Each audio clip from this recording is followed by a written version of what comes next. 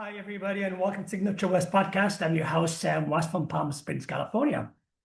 As you know, I'm a seasoned real estate agent since 1991. I'm going to bring you the podcast to bring you inspiring stories or real estate nuggets. Today, I thought it would be a good time to talk about what goes wrong when a home seller, accepts an offer from a buyer with the contingency for a buyer to sell their home before they close escrow. That's like one contingency of many, but that's like the main one. All right. So here we go. I can tell you in my 35 years, this is probably the toughest contingency to navigate. Not impossible, but it's the toughest contingency to navigate. And it's very common to see it in a buyer's market. You'll never see it in a seller's market for obvious reasons. So I'm going to give you a real example that happened recently, not to me, but to somebody that I know.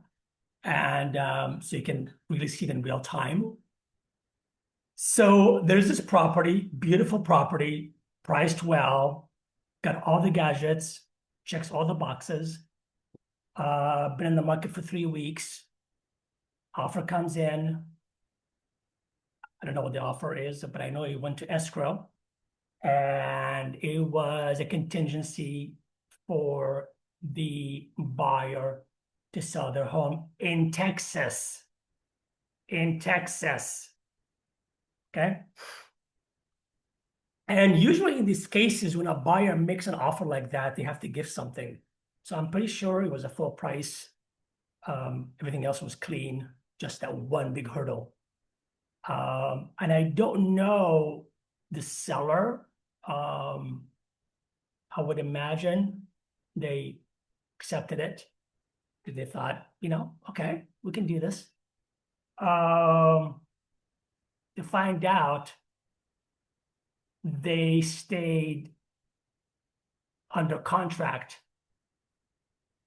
for 3 months. 3 months, till like a few weeks ago. And that's when the seller said,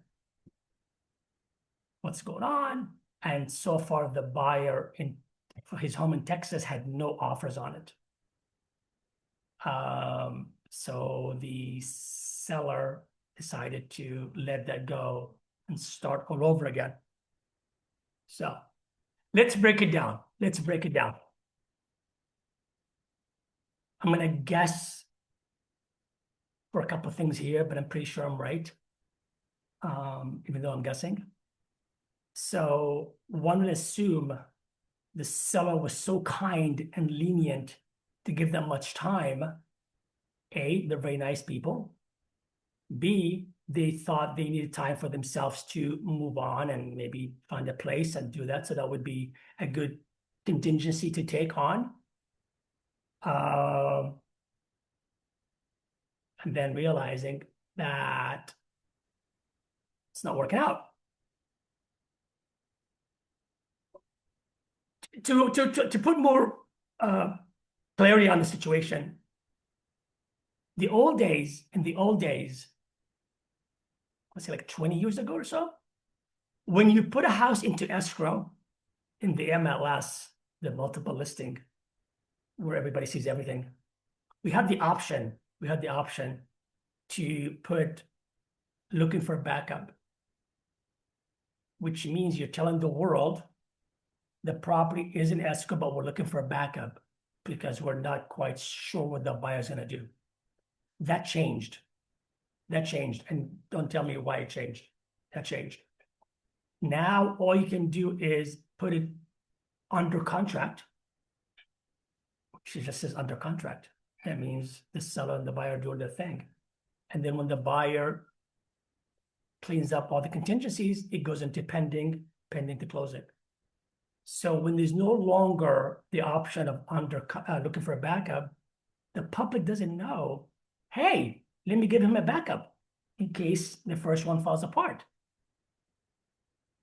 The seller is really depending on the agent to somehow get the word out there, somehow. We didn't have really social media 20, 25 years ago, 20 years, but as much as we have it now. But the seller's depending on his realtor or her realtor to tell the world, hey, write a backup. It's a lot of work to do that, can be done, but it's not as effective as having the option of the MLS looking for backup. So what really happened here and how could you prevent this from happening? Obviously, we cannot tell the seller what to do. But if this was me, I would just say it's a huge risk to take the contingency with a home in a different state.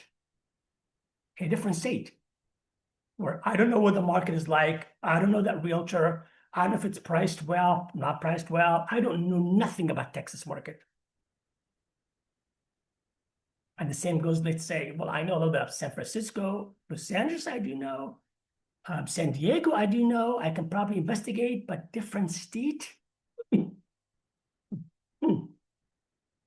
So that's number one. Number two, you really want to nail it down and make it a part of the contingency. Okay, I'll give you that option, buyer, Mr. Buyer, but you have X amount of days, a month, maybe, to go into escrow. If you don't, I'm gonna, go to plan B. And of course, I would also say as a seller, I'll take that contingency, but I have the right to accept other backup offers and look at them and accept them in case you don't perform, which I'm pretty sure they did. But again, remember, that's only on the contract. It's not advertised to the world in the MLS looking for backup.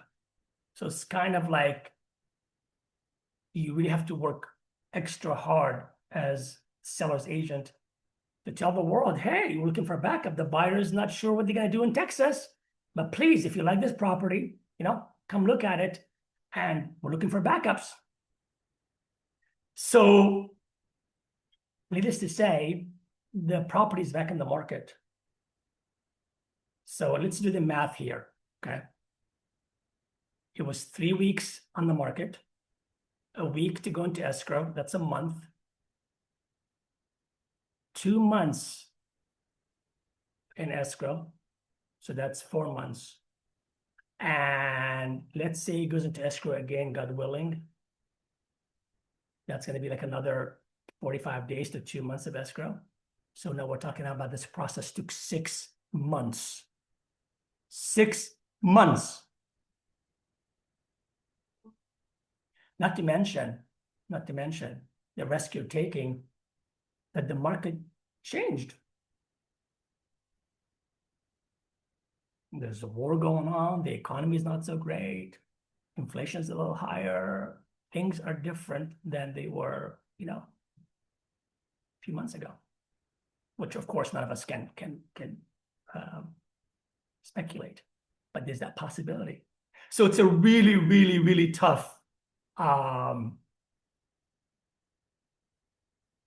piece of the puzzle into escrow to navigate. Sometimes it works, sometimes it doesn't. Even when it works, it's a lot of pieces to put together. You gotta,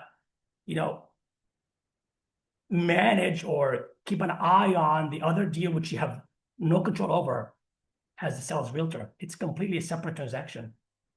You have only the trust of the agent on the other side. Hopefully you know them, you can get to know them, hopefully you trust them, hopefully they're doing the thing. But again, if it's in the closer market, you know what's happening. You can ask questions. But if it's in a different state, in my opinion, you're asking for trouble. And of course, can't tell the seller what to do, but I would make that recommendation. And it's up to you, Mr. Seller. But It's a risk that as long as you're prepared to take, we'll go through it. We'll do it. We'll do it. All right. So that's my piece of nugget for the day. I hope you find it helpful. And if you are on the market, if you're selling a property, or if you're thinking about selling a property and this comes up, just make sure all your questions are answered and that I would just stay away from accepting a contingency with a home to sell in a different state. Sometimes that might be the case. And if you're going to do it, make it tight. Make it tight. Not 2 months, 2.5 months, and let it loose. Because it's very generous, number one, very, very generous. So, but sometimes generosity is not your friend, sometimes. All right. So if you like what you heard, please subscribe. It's for free. And share the wisdom with other people. And I'll see you in 2 weeks. 2 weeks. Take care, everybody.